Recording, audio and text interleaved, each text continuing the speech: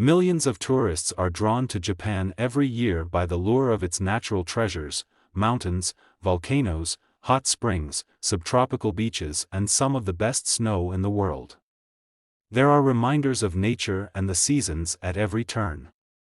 People don't just look at nature, they live inside it, name themselves after it, feast on it, wear it, and are guided through life by it. The Japanese love of nature. The monk's thoughts notwithstanding, it is unexpectedly challenging to explain the connection between Wabi Sabi and nature.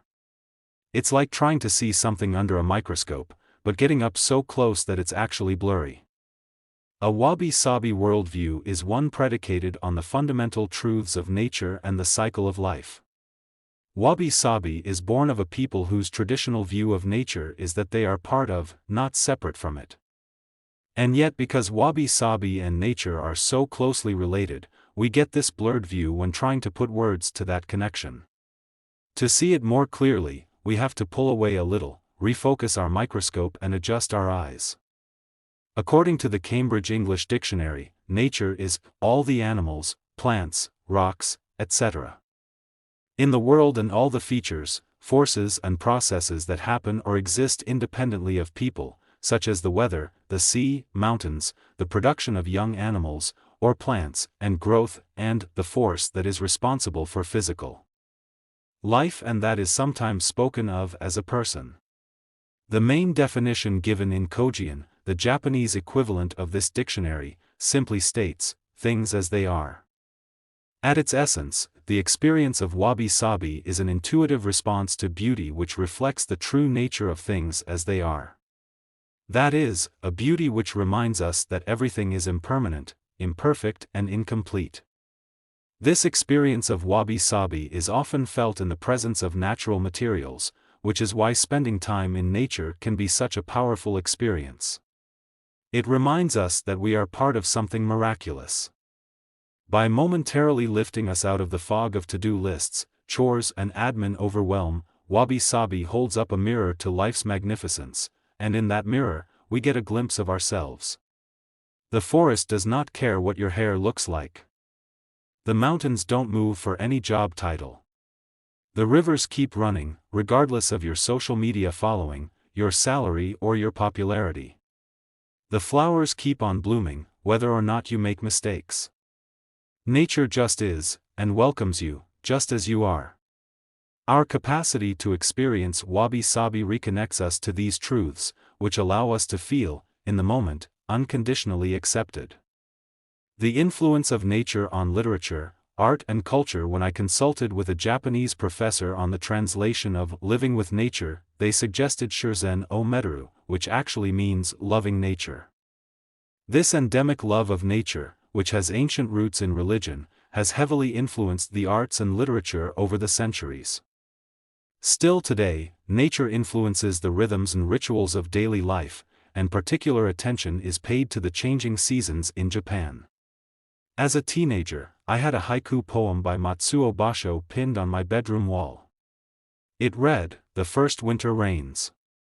From now on my name shall be Traveler." In just a few words, the gifted poet captured all my ideas about adventure and discovery out in the big, wide and wild world outside my bedroom door, while simultaneously transporting me to a cold wet day in 17th century Japan. The Tale of Genji, the world's first novel, written a millennium ago by Murasaki Shikibu, is filled with references to nature and the changing seasons. Likewise, The Pillow Book, written at a similar time by Sei Shonagon, opened with the classic line, Haru wa Akabano, in spring, the dawn. The whole opening section of this famous Heian period court journal goes into detail about the writer's favorite parts of each season. There are many more nature references throughout The Pillow Book, which remains a classic 10 centuries later.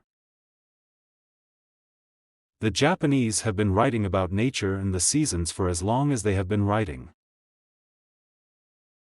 Japanese nature writing does not just emphasize a sense of place but also, crucially, a sense of time. This is evoked by seasonal references or implications, and through observations of impermanence. This impermanence is expressed in two ways, through the absence of something that was but is no longer, and through the notion of transience, in the sense of something that is but will soon no longer be. One of Japan's most influential poets, Fujiwara no Taika, often wrote about the seasons in this way, weaving together nature and literature with heavy vines of emotion.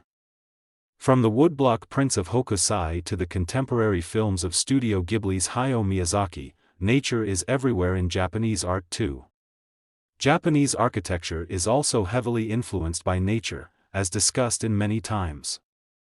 Cultivated nature plays an important role too, central as it is to many traditional aspects of Japanese culture, in ikebana, flower arranging, the nurturing of bonsai, the tea ceremony and so on. One of the country's native instruments, the shakuhachi, is a flute made from bamboo. In the hands of a skilled player, it can replicate many sounds of nature, from rushing water and eerie winds to honking geese and pouring rain. Nature and language. Nature-related words are frequently used in both people's and place names. A quick scan of a map of Japan will reveal the likes of Akita, autumn rice paddy, Chiba, 1,000 leaves, and Kagawa, fragrant river. Some of the most popular boys' names in recent years include Asahi, morning sun, and Haru, fine weather, while popular girls' names include Aoi, hollyhock, an apricot, and Mio, beautiful cherry blossom. And it's not just first names. In the top 10 most popular family names in Japan we find Kobayashi, small forest, and Yamamoto, mountain origin. There are beautiful words for particular happenings in nature, such as kamaribi, which describes sunlight filtering through the trees, dappling the earth below. Kagurashi expresses a particular kind of winter wind. And there are at least 50 ways to describe rain in the Japanese language. Onomatopoeia is used extensively, including to convey sounds related to nature.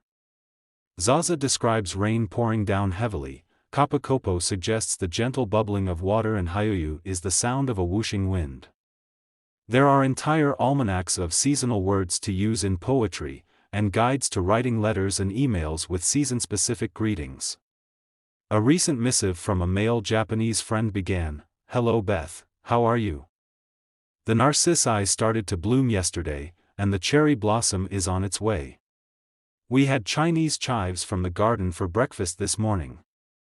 They tasted delicious, and show us that spring has come." The most beautiful thing about notes that open in this way is their power to reveal a momentary window into the writer's life, through the details of the seasons they are experiencing at the time. In a few lines, they can transport you to the warmth of a patch of sunlight beneath a plum tree, or legs tucked under a kotatsu, heated table, eating mikan, satsumas, while the snow falls softly outside. The rhythm of the seasons. Creating our own seasonal traditions can be a wonderful way to honor the rhythms of nature, and notice the passage of time in our own lives. One of my favorite memories of life in rural Japan was the time my elderly neighbor, Sakamoto Banshin, grandmother Sakamoto, in the local dialect, a delightful lady in her late 80s, corralled me into helping her make hoshigaki, dried persimmons. She taught me that after peeling the firm fruits, you tie the stalks together with a long piece of string and hang them over a bamboo pole. Then you leave them to dry. For the first week, you don't touch them, but then you give them regular gentle massages over the next 3 weeks or so. This draws the fructose to the surface, so they end up looking like they have been dipped in sugar. Tasting note: hoshigaki are delicious with green tea. Ever since she was a little girl, every year for 8 decades Sakamoto Bankin had carried out this ritual of food preparation. To her, hoshigaki were autumn. The Wabi Sabi connection. So how does all this connect to Wabi Sabi? In a subtle, beautiful, kamaribi, sunshine filtering through the leaves kind of way.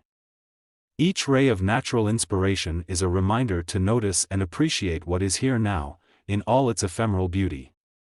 If you visit Japan, you will soon realize how the 4 main seasons of spring, summer, autumn and winter are woven into the fabric of everyday life. Spring brings cherry blossom and hanami, flower viewing, parties; summer offers festivals and kimono clad strolls along the river in search of fireflies; autumn welcomes moon viewing and momiji, maple, leaves, especially memorable when lit up at night, and winter ushers in the quiet beauty of snow. There is evidence of the seasons in the tiniest of details, from food to decoration, from clothing to festivals. I suspect that the importance of these observances, the rituals and traditions and the thousands of tiny reminders in daily life, are the reason that Wabi Sabi is so deeply embedded in the hearts of Japanese people.